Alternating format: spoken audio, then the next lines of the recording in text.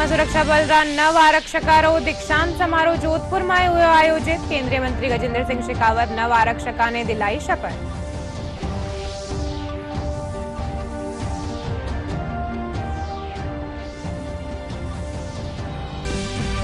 जयपुर में राष्ट्रीय कौशल प्रशिक्षण संस्थान में दीक्षांत समारोह कर्यो गयो आयोजित। छात्राओं प्रमाणपत्र और पुरस्कार कर्यो गयो प्रदान।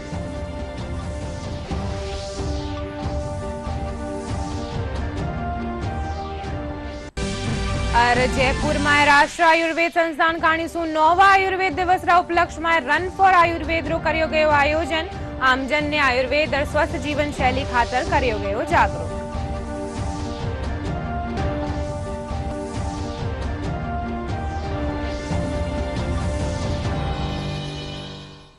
नमस्कार, राजस्थानी बुलेटिन में थारो घणो घणो स्वागत। मैं थारे सागे अरनेशा डाबले और खबरा विगतवार।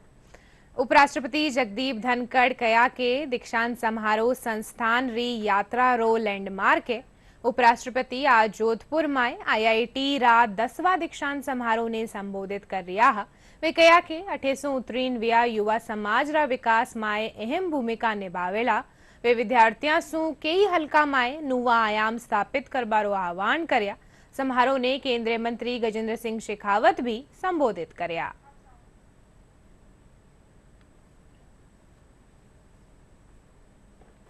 Congratulations to all those who are recipients of medals and otherwise. Convocations are landmarks in an institution's journey as they bid farewell to their finest minds into the service of society. Same is the mindset of passing out students who will frog leap into the larger public domain, duly armored by the training they have received in this great institution. On the occasion of imparting a convocation address, they invite society and community leaders to impart some final words of advice and wisdom to graduates or those passing out. I stand before you in this immense capacity, an obligation very difficult to discharge. By very nature, it is a daunting task. It is difficult to come up to the expectations of the brilliant students who are keen to get something new. So don't please be disappointed. Novelty comes very rarely. I am not going to impart something very amazing. Friends, it is satisfying to witness this institution, IIT Jodhpur, thriving in my home state Rajasthan. Jodhpur has emerged as a major center for learning with an IIT, an AIIMS, and a national law university. It is not just Jodhpur alone. Institutions of national importance are continually dotting our landscape for over a decade or so across the nation. This educational spread out defines, in a sense, our continual developmental journey, at the root of which are the roots of the society, that is, to nurture our young minds. Deepawali आने वाली है और दीपावली से पहले ज्ञान की ज्योति से जगमग इस अलौकिक अवसर पर आप सबके बीच में होना मेरे लिए हर्ष और सम्मान का विषय है। मैं इस अवसर पर पधारे हुए सभी विद्वज्जनों का और उपस्थित सभी जनों का हृदयपूर्वक धन्यवाद करता हूं। मित्रों, यह अवसर ज्ञान और बोध की दीक्षा के अलंकरण का अवसर है। हमारे ऋषियों ने, मनीषियों ने शिक्षा के अंत की कल्पना नहीं की और ये जानते हुए हमारे मंत्र दृष्टा ऋषियों, मनीषियों ने कि व्यक्ति का विद्यार्थी भाव जीवन पर्यंत बना रहना चाहिए। मुख्यमंत्री भजनलाल शर्मा जयपुर इंटरनेशनल एयरपोर्ट रा टर्मिनल 1 रो उद्घाटन कर्या। इन मौका माथे आयोजित समारोह में मुख्यमंत्री कहा कि अंतर्राष्ट्रीय टर्मिनल रो उद्घाटन प्रदेश री उन्नति रो प्रतीक है। वे कहा कि इनसु जयपुर री अंतर्राष्ट्रीय स्तर माथे पहचान बढ़ेली। कि इसकी बहुत अच्छी पहचान, क्योंकि सांगानेर का प्रिंट का काम था और उसके नाम से इसको जानते थे। मैं आप सभी का आज इस अवसर पर स्वागत करता हूं, अभिनंदन करता हूं। इस अंतर्राष्ट्रीय टर्मिनल का लोकार्पण हमारे प्रदेश के विकास में निश्चित रूप से उन्नति का प्रतीक है। ये राजस्थान का पहला अंतर्राष्ट्रीय टर्मिनल है, भरपूर सुविधाओं वाला है। यात्रियों को बेहतर सुविधा इसमें मिलने वाली है। इसमें मैंने देखा है, जब मैं नीचे से ऊपर आ रहा था तो मंजू जी कह रही थी विकास भी और विरासत भी। इसमें हेरिटेज का लोग आपने दिया है, और वैसे भी जयपुर हेरिटेज सिटी है, पिंक सिटी के नाम से इसको जानते हैं। तो ये अच्छा लोग आपने दिया है, अच्छा सुंदर संस्कृति और परंपरा को आपने ध्यान में रखते हुए इसको बनाया है। सीमा सुरक्षा बल रा नव आरक्षंका रो दीक्षांत समारोह जोधपुर में आयोजित कर्यो गयो। कार्यक्रम में केंद्रीय मंत्री गजेंद्र सिंह शेखावत नव आरक्षंका ने शपथ दिलाई। इन मौका माथे केंद्रीय मंत्री कहा कि युवा बल में शामिल होर चुनौतियों सु लड़बा रो साहसिक निर्णय लीनो है।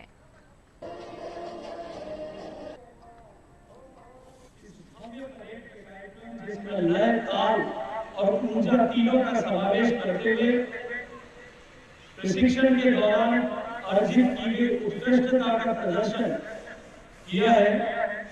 मैं श्री एमएल साहब और सभी प्रशिक्षण में जुटे अधिकारियों कर्मचारियों को बहुत सारी बधाई देता हूँ, आप सबका अभिनंदन करता हूँ।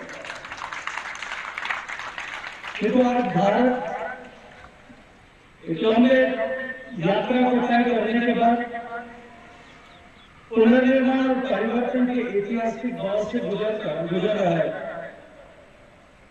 बीते 10 वर्षों में सम्मानीय प्रधानमंत्री नरेंद्र मोदी जी के नेतृत्व में भारत का सुरक्षा तंत्र अभेद्य ढांचे के रूप में खड़ा हुआ है। आज का ये अवसर सीमा सुरक्षा बल की सेवा, दक्षता और प्रखरता में नए सामर्थ्य और विस्तार का अवसर है। कौशल विकास और उद्यमिता मंत्रालय रा जयपुर स्थापित राष्ट्रीय कौशल प्रशिक्षण संस्थान में दीक्षांत समारोह आयोजित कर्यो गयो। इन मौका माथे सांसद मंजू शर्मा छात्रावाने प्रमाण पत्र और पुरस्कार प्रदान कर्या। सांसद शर्मा कहा कि आज कौशल विकास रे जरिए युवाओं ने प्रशिक्षण दे रोजगार रा अवसर प्रदान कर्या जा रहा है।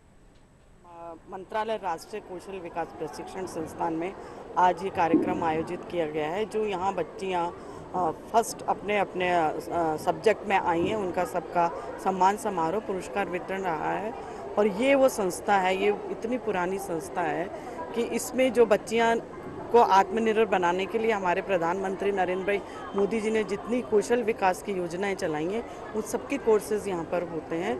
और बहुत दूर दूर से भी बच्चियाँ यहाँ पर आकर के प्रशिक्षण लेती हैं और आगे जाके अपना व्यवसाय खुद करती हैं, आत्मनिर्भर बनती हैं, औरों को भी सिखाने का ये काम करती हैं यहाँ पर। तो सबसे पहले मैं धन्यवाद देती हूँ हमारे प्रधानमंत्री नरेंद्र भाई मोदी जी का कि उन्होंने महिलाओं को सशक्त बनाने के लिए ये, और सबसे बड़ी बात है कि सब बातों में सशक्त होने के बावजूद एक पार्ट ऐसा था कि धन के अभाव में कभी कभी कोई परेशानियां समाज में कई सारी परिस्थितियां इंसान को आती हैं, तो उसके लिए उन्होंने तैयार करने के लिए बच्चियों को आत्मनिर्भर बनाने, अपने पाँव पे खड़े रखने के लिए कई सारी योजनाएं, जैसे पीएम की ये अभी विश्वकर्मा योजना है, सूर्य घर योजना है, ऐसे अनेकों योजनाएं उन्होंने चलाई हैं जिसका सब लाभ यहाँ पे ले रहे हैं। NSTW जयपुर में 500 के अराउंड बच्चों की ट्रेनिंग होती है। यहाँ CITS और CTS के कोर्स चलते हैं। CITS इंस्ट्रक्टर ट्रेनिंग के लिए होते हैं और CTS ITI इक्विवेलेंट कोर्सेज होते हैं। यहाँ पे जो बेसिक कोर्सेज हैं वो कॉस्मेटोलॉजी के हैं, apparel, artificial intelligence, office management, steno, interior designing, ये सब कोर्सेज अभी यहाँ पे चल रहे हैं। भारतीय जनता पार्टी रा सदस्यता अभियान रा संयोजक अरुण चतुर्वेदी श्री गंगानगर माय अभियान री समीक्षा कर्या। इन मौका माथे वे कार्यकर्ताओं सु सदस्यता अभियान रो लक्ष्य पूरो करबारो आह्वान कर्या। वे पत्रकारा सु बातचीत करता थका आगामी उपचुनाव माय भाजपा री जीत रो दावा कर्यो।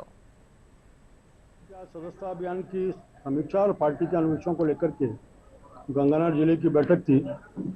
देश भर में हम सक्रिय सदस्यता के नाते से 2 सितंबर को जिसमें सदस्यता शुरू हुई थी और 21 अक्टूबर को जब इसकी समीक्षा की तो देश भर में 10 करोड़ सदस्य हम बना चुके हैं और राजस्थान में यह आंकड़ा 54 लाख का है। 20 लाख के आसपास ऐसे ऑफलाइन सदस्यता भी हमारी हुई है। लगभग 74 लाख के आसपास सदस्यों की जानकारी अभी तक हमें पार्टी को मिली है। 15 नवंबर तक इस समय को बढ़ाया है। मुझे लगता है कि जो 1 करोड़ का लक्ष्य हमने तय किया है, 15 नवंबर को उस लक्ष्य को हम प्राप्त करेंगे। सदस्यता का अभियान समाप्त होगा लेकिन सदस्यता सतत चलती रहेगी। इसके साथ ही 1 तारीख से सक्रिय सदस्यता का भी काम शुरू किया है। उन सबकी हमने बुक्स पहुंचा दी है, वो पूरा का पूरा ऑफलाइन है। इसके नाते भी सदस्य बनने शुरू हुए हैं। सक्रिय सदस्यता के लिए किसी भी जो बनना चाहता है उसके 100 रुपये कम से कम उसको नमो ऐप के माध्यम से देने पड़ेंगे और 200 रुपये मरु कमल दर्पण के QR कोड के माध्यम से देने पड़ेंगे। नकद कुछ नहीं, सब ऑनलाइन की होता है। चिकित्सा और स्वास्थ्य महकमा काणीसू झुंझुनू में 13 नवंबर ने होबावाड़ा उपचुनाव खातर होबावाड़ा मतदान रे जरिए मानव श्रृंखला बनार 32 मतदान करबारो संदेश दीना। कार्यक्रम में विभाग अधिकारी और कर्मचारी भाग लीना।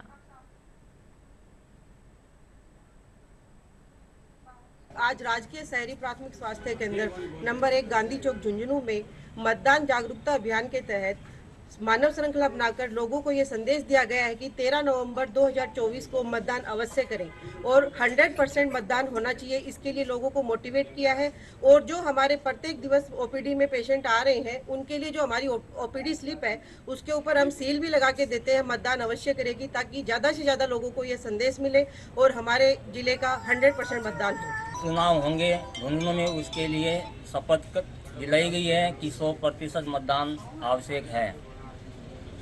बढ़ चढ़ करके लोग भाग लेंगे और अपना अच्छा कैंडिडेट चुनेंगे जो जनता की सेवा कर सके, जनता की मांगों को आगे पहुंचा सके। उसके लिए आने वाले समय में 100% मतदान करना बहुत ही जरूरी है। मानव श्रृंखला बनाई गई थी। श्री गंगानगर रो आज स्थापना दिवस मनायो गयो। स्थापना दिवस माथे कई कार्यक्रम आयोजित कर्यो गया। कार्यक्रम में कई अधिकारी और वरिष्ठ जन भाग लीना। वटे ही स्कूली टाबरा काणीसू शहर री मुख्य दीवारा माथे पेंटिंग करेगी। भाजपा नेता अरुण चतुर्वेदी महाराजा गंगा सिंह री प्रतिमा माथे फूल चढ़ाया और बनारे शुभकामनाएं दीनी। जन्म जयंती उनको भी अपनी तरफ से श्रद्धांजलि देता हूँ। हम सब सौभाग्यशाली हैं। उन्होंने उस समय में जब अंग्रेजों का शासन था और यहाँ पर त्राही पानी के कारण होती थी, हर व्यक्ति पानी के लिए परेशान रहता था। एक तरह से बंजर भूमि थी, अकाल का सामना करना पड़ता था। 1927 में अंग्रेजी शासकों के साथ मिलकर के बातचीत करके इस क्षेत्र की समस्या का समाधान करते हुए भागीरथी बन करके गंगानगर में पानी लाने की व्यवस्था की। राजस्थान के नहर का पानी पर लेकर के आए। इस सब के नाते से आज भी उनकी स्मृति को सब लोग चिरंजीव रखते हुए उनके जन्म जयंती को मनाते हैं। मैं सभी गंगानगर वासियों को गंगानगर स्थापना दिवस की बहुत बहुत शुभकामनाएं देता हूं। जैसा आप सभी को विदित है, यहाँ पर महाराजा गंगा सिंह जी ने जो जिस तरीके से नहर ला करके यहाँ के एरिया को हरा भरा किया, यहाँ के लोगों को पानी की सुविधा उपलब्ध कराई, जिसकी वजह से आज गंगानगर यदि देखा जाए तो एक तरीके से काफी उपजाऊ जमीन की वजह से काफी लोग यहाँ के संपन्न हैं। गंगा नहर को लाने वाले भी हमारे गंगानगर के जो महाराजा हैं वही थे और इस रेगिस्तान को एक विकसित गंगानगर बनाने के लिए उन्होंने अपनी जीन तोड़ मेहनत से इस गंगानगर को विकसित किया। गंगानगर को हरा भरा हमारे गंगा सिंह जी ने बनाया। तो आप भी हमारे जो गंगानगर को स्वच्छ रखें, साफ सुथरा रखें, नगर परिषद की पूरी आप मदद करें और प्लास्टिक की थैलियों का कम प्रयोग करें और गंदगी कम फैलाएं। और गंग नहर को पहली बार 26 अक्टूबर के आसपास लॉर्ड इरविन और डॉक्टर मदन मोहन मालवीय जी के दोनों ने वहां पर पानी को पहली बार रिलीज किया उस नहर में। उस नहर से जो इस इलाके में पानी आया, गंग नहर से इस क्षेत्र में पानी आया, उसके बाद इस क्षेत्र की भौगोलिक संरचना में बहुत ज्यादा परिवर्तन आया। ज्योग्राफी में इतना बड़ा परिवर्तन बहुत कम स्थानों पर देखा जाता है कि जहां पहले तो बिल्कुल उजाड़ था, रेतीला भाग था, और नहर के आने के बाद आज ये हरा भरा क्षेत्र बन गया है। ये शहर, ये इलाका जहां के रेतीले टिब्बे हुआ करते थे, एग्रीकल्चर नहीं हुआ करती थी, खेती नहीं हुआ करती थी, सुनसान था, आबादी नहीं हुआ करती थी, आज पूरे राजस्थान को गेहूं की सप्लाई कर रहा है और पूरे राजस्थान के लिए अन्न के कटोरे के रूप में फेमस है। जयपुर डायलॉग 2024 रा 9वां संस्करण रा आज दूसरे दिन भी वक्तावा आपरी बात रख्या। जयपुर में आयोजित डायलॉग में देश ही नहीं विदेश रा लोग भी भाग ले रिया है। कार्यक्रम में भारतीय प्रशासनिक सेवा रा पहली रा अधिकारी और जयपुर डायलॉग रा संस्थापक संजय दीक्षित जयपुर डायलॉग रे तेत रिस्क्वेलिंग भारत ही बृहद सोच रा 12 माय बतायो जा रही है।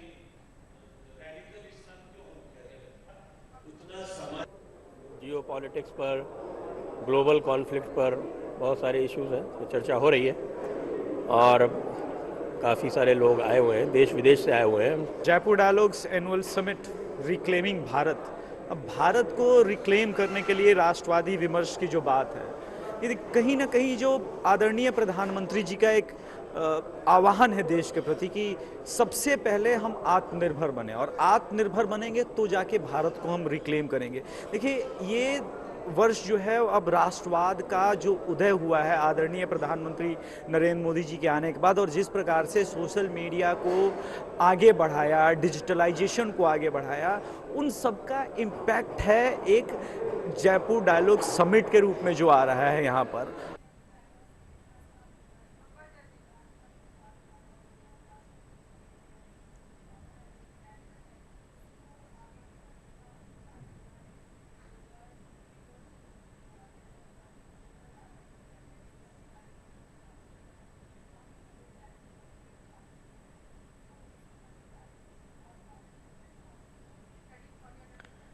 जयपुरा विकास अध्ययन संस्थान में ICCR नई दिल्ली रा सहयोग सु भारतीय अर्थव्यवस्था माथे डेटाबेस शीर्षक सु 7 दिवसीय आवासीय प्रशिक्षण कार्यशाला रा आयोजन हुआ रियो है।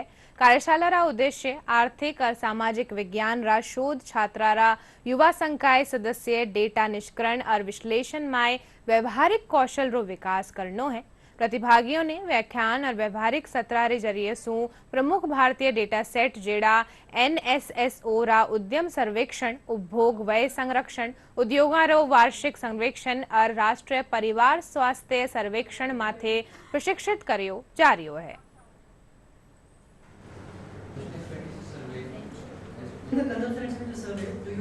गवर्नमेंट के बहुत सारे डेटा सोर्स होते हैं, जैसे इंडस्ट्री से रिलेटेड होते हैं, लेबर से रिलेटेड होते हैं, हेल्थ से रिलेटेड होते हैं और एम्प्लॉयमेंट से रिलेटेड होते हैं। तो इन सब के बारे में जो गवर्नमेंट डेटा कलेक्ट करता है, उनको कैसे निकालना है, उसको कैसे एनालाइज करना है और क्या क्या प्रश्न हमको आंसर करने हैं। तो हमने ये 7 दिन की जो कार्यशाला है, ये कम से कम 25 रिसर्च स्कॉलर हैं, ये जो हिंदुस्तान के बहुत बड़े बड़े कॉलेजेस से और छोटे छोटे यूनिवर्सिटी से भी आए हैं।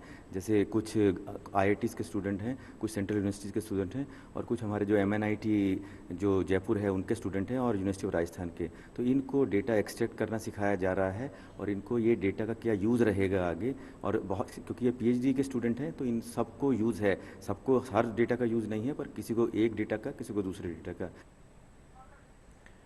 विश्व की सबसे प्राचीन चिकित्सा पद्धतियां मासू एक है हमारी भारतीय आयुर्वेदिक चिकित्सा पद्धति। आज आयुर्वेद में वेरिया नवाचार वैश्विक स्वास्थ्य कल्याण में आपरी अहम भूमिका निभा रहा है। इन्हीं विषय माथे आधारित है हमारो इन बार रो खास कार्यक्रम एजेंडा। इन कार्यक्रमों प्रसारण काले रविवार दोपहर 3 बजे और रात 10 बजे सु कर्यो जावेड़ो। जो जीवन का ज्ञान देने वाला शास्त्र है उसको हम आयुर्वेद के नाम से जानते हैं। पूरा आयुर्वेद 3 दोषों पे आधारित है, वात, पित्त और कफ। स्वस्थ व्यक्ति के स्वास्थ्य की रक्षा करना, सिर्फ शारीरिक स्वास्थ्य की बात नहीं करना, आपको जीवन जीने की कला बताती है। आयुर्वेद न सिर्फ हमें रोगों से छुटकारा दिलाता है। अगर हम युगानुरूप परिवर्तन नहीं लाएंगे तो उसकी ग्राह्यता समाज में जो है वो कम होती जाती है। स्वस्थ और सुखी जीवन कैसे जिया जाए इस शैली से भी हमें परिचित करवाता है।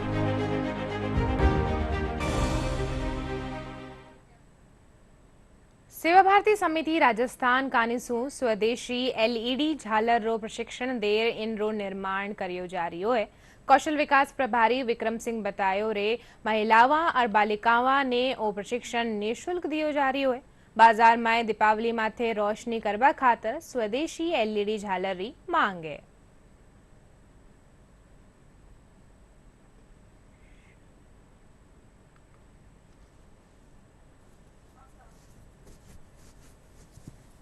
सेवा भारती के कौशल विकास केंद्र में स्वदेशी झालरों का प्रशिक्षण दिया जाता है। इसमें जो हमारी सेवा बस्तियां हैं, उनसे जो वंचित महिलाएं हैं, जो अशिक्षित हैं, जो उपेक्षित हैं, गरीब महिलाएं हैं, उनको यहाँ ला करके उनको प्रशिक्षण देते हैं। और ये एक तरह से एक कौशल डेवलपमेंट का काम है। इससे उनमें कौशल विकास होता है। झालर बना करके वो यहाँ सीख के जाती हैं और उसके बाद में अपने घर पर भी जा करके वो झालरें निर्मित करती हैं। और उन झालरों की बाज़ार में अच्छी मांग है और बाज़ार में काफ़ी मात्रा में ये इनकी बिक्री होती है। यहाँ पे सेवा भारती में कौशल विकास केंद्र के तहत लड़कियाँ और जो औरतें हैं जो घर पे कुछ नहीं कर पाती है या फिर जो कुछ करना चाहती हैं, खुद के पैरों पे कुछ करना चाहती हैं, वो यहाँ पे आके अपनी स्वदेशी एलईडी लाइट्स बना सकती हैं, सीख सकती हैं। प्रशिक्षण जो यहाँ पे चलता है सेवा भारती के द्वारा, वो इसको आके यहाँ पे ज्वाइन कर सकती हैं, अपने आगे फ्यूचर के लिए कर सकती है। जी, हम 3-4 साल से यहाँ पे काम कर रहे हैं और बाकी जो लोग सीखने के लिए आते हैं उनको प्रशिक्षण भी देते हैं। और मार्केट में भी इनकी स्वदेशी झालर की काफ़ी डिमांड्स हैं। काफ़ी लॉन्ग टाइम भी चलती है ये। बाकी अगर मेंटेनेंस अगर करना हो, कुछ भी खराबी होती है तो वो भी हम करके देते हैं। डीग जिला सांवई गांव रहवासी प्रगतिशील किसान परंपरागत खेती में बदलाव कर ड्रैगन फ्रूट री खेती करवारो नवाचार कर रहो है। आपरा खेत में वे अबे ताई लाखों रुपया रो मुनाफो कमायो है। सबसे खास बात आ है कि प्रगतिशील किसान नथीलाल शर्मा खेती में गोबर रा खाद रो प्रयोग कर्यो है। कृषि विशेषज्ञ बताया कि ड्रैगन फ्रूट पोषक तत्व से भरपूर है। परंपरागत खेती करते चले आ रहे हैं जिसमें ज्वार, बाजरा, मक्का, गेहूं, जौ, चना, सरसों की फसलें लेते हैं। ये फसलें हम अरसे से लेते चले आ रहे हैं और जमाना आ गया है बदलाव का। अगर हम अपने आप में बदलाव लाएंगे, अपने व्यवहार में बदलाव लाएंगे, अपने फसलों में बदलाव लाएंगे तो निश्चित रूप से आगे बढ़ेंगे और तरक्की करेंगे। फसल विविधीकरण के तहत अब उद्यानिकी फसलों का जमाना है और उद्यानिकी फसलों को किसानों को अपनाना चाहिए, ऐसा मेरा मानना है। सामई खेड़ा गांव में शर्मा जी के ड्रैगन फ्रूट के बगीचे को देख के निश्चित रूप से कहा जा सकता है कि शुरुआती लागत थोड़ी सी ज़्यादा है, लेकिन जो उत्पादन दिखाई दे रहा है और महसूस किया जा रहा है कि इससे आगे आने वाले समय में इनको निश्चित रूप से बहुत लाभ होगा और किसान भाई इस नवाचार को देख के आगे बढ़ें, ऐसा मेरा उनसे अपील है और मेरा मानना है। ये जो ड्रैगन फ्रूट की खेती है, ये अभी तक हम फलों को आयातित करते रहे हैं, वो महंगे पड़ते हैं और लंबी अवधि स्टोरेज के बाद उनकी जो गुणवत्ता है वो घट जाती है। हमें यहाँ पे ताज़ा फल मिलेंगे और इनकी क्वालिटी जो है आज मैंने महसूस किया कि निश्चित रूप से बहुत अच्छी क्वालिटी है और स्वाद भी बहुत उसका अच्छा है। इंसान के लिए चाहे वो बीमार हो चाहे स्वस्थ हो, ये फल इसका जो है वो बहुत महत्व है, इसका पोषण मान बहुत अच्छा है और ये हमारे लिए एक तरह से वरदान है। हमारी ज़मीन थोड़ी सी सैलिनिटी की है तो यहाँ इरिगेशन के लिए भी पानी उपलब्ध है, कैनाल है, भरतपुर फीडर, बोरिंग भी ऊपर अच्छे मतलब हो जाते हैं, तो हमने सबसे पहले वो किया। इसके बाद हमने इसका पूरा तैयार करके इसके माउंट बनवाए। माउंट बनाने के लिए क्या है कि इसमें खाद 1:2 मिट्टी और सैंड डाल करके एक माउंट टाइप 2 फुट का बनाते हैं। फिर इसके लिए आप देख रहे हैं ये इसका स्ट्रक्चर तैयार करना पड़ता है, सीमेंटेड पोल और इसका क्राउन। इसकी कॉस्ट थोड़ी ज़्यादा आती है, यदि कोई फार्मर खुद बनाना चाहे तो और सस्ता पड़ता है, वो 1000-1100 रुपये में पड़ता है। जयपुर में राष्ट्रीय आयुर्वेद संस्थान कानिसू 9वा आयुर्वेद दिवस के उपलक्ष्य में आज रन फॉर आयुर्वेद रो आयोजन करियो गयो। इन दौरान लोगों ने आयुर्वेद और स्वस्थ जीवन शैली खातर जागरूक करियो गयो। कार्यक्रम में जयपुर सांसद मंजू शर्मा दौड़ ने झंडे दिखा रवाना करे। इन मौके जयपुर नगर निगम हेरिटेज री महापौर कुसुम यादव, उप महापौर पुनीत कर्नावत, राष्ट्रीय आयुर्वेद संस्थान का कुलपति संजीव शर्मा समेत कई अधिकारी और कर्मचारी मौजूद रहा। दौड़ में हजारों की संख्या में चिकित्सक, शिक्षक और विद्यार्थी और स्थानीय लोग भाग लिया। सबसे पहले तो मैं पूरे देश को 9th आयुर्वेदा डे का बहुत बहुत बधाई देना चाहती हूँ और रन फॉर आयुर्वेदा के लिए जो यहाँ आयोजन किया गया है बहुत ही सराहनीय कदम है। आयुर्वेद के प्रचार प्रसार के लिए ऐसी दौड़ और ये कार्यक्रम ऐसे होते रहना चाहिए। हमारी जो पद्धति है ये तो हिंदुस्तान से गई हुई है जो दुनिया में, और सबसे बड़ी बात कि ये जो आयुर्वेद संस्थान है इसको माधव विलास के नाम से हम लोग जानते हैं पुराने, और यहाँ पर जितने भी स्टूडेंट्स आते हैं बाहर से, सबसे बड़ी बात है कि पूरी दुनिया से यहाँ पर लोग आके पढ़ते हैं, रिसर्च करते हैं और जाके अपने देशों में इसके गुणगान करते हैं, आयुर्वेद के बारे में बताते हैं, इसका प्रचार प्रसार होता है। और आदरणीय प्रधानमंत्री नरेंद्र भाई मोदी जी का मैं बहुत बहुत आभार और धन्यवाद करती हूँ कि उन्होंने देश की हमारी जो पुरानी पद्धति है इलाज की उसको पूरी दुनिया में मनवा दिया है। रन फॉर आयुर्वेदा यानी आयुर्वेद के लिए दौड़ है। आयुर्वेद के लिए दौड़ का तात्पर्य है कि लोगों के अंदर एक चेतना जगे कि किस तरह से हमें स्वस्थ रहना है, स्वस्थ शारीरिक रूप से स्वस्थ रहना है, मानसिक रूप से स्वस्थ रहना है, आध्यात्मिक रूप से स्वस्थ रहना है। यही संदेश देने के लिए और जन चेतना का जागरण करने के लिए रन फॉर आयुर्वेदा का आयोजन किया है, जिसमें राष्ट्रीय आयुर्वेद संस्थान के समस्त छात्र, समस्त कर्मचारी, समस्त प्राध्यापक और उसके साथ साथ स्थानीय जनता भी इसमें बढ़ चढ़ करके भाग ले रही है। खास खबरा एक बार फेरू।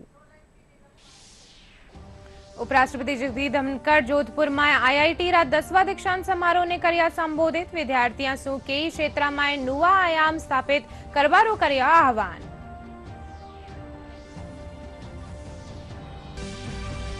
मुख्यमंत्री भजनलाल शर्मा जयपुर इंटरनेशनल एयरपोर्ट रा टर्मिनल 1 रो कर्या उद्घाटन। कया अंतरराष्ट्रीय टर्मिनल रो उद्घाटन प्रदेश री उन्नति रो प्रतीक।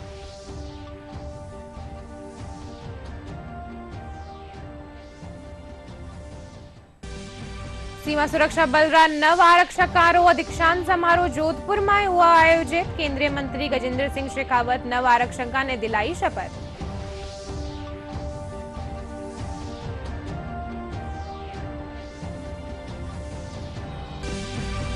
जयपुर में राष्ट्रीय कौशल प्रशिक्षण संस्थान में दीक्षांत समारोह करियो गयो आयोजित। छात्रावाने प्रमाण पत्र और पुरस्कार करियो गयो प्रदान।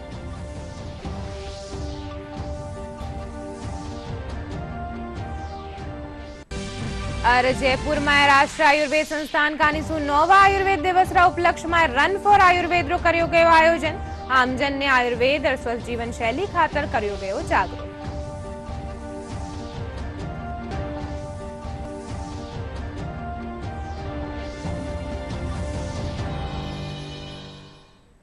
आ बुलेटिन में अतरो ही थे। देखते रहियो डीडी राजस्थान। नमस्कार।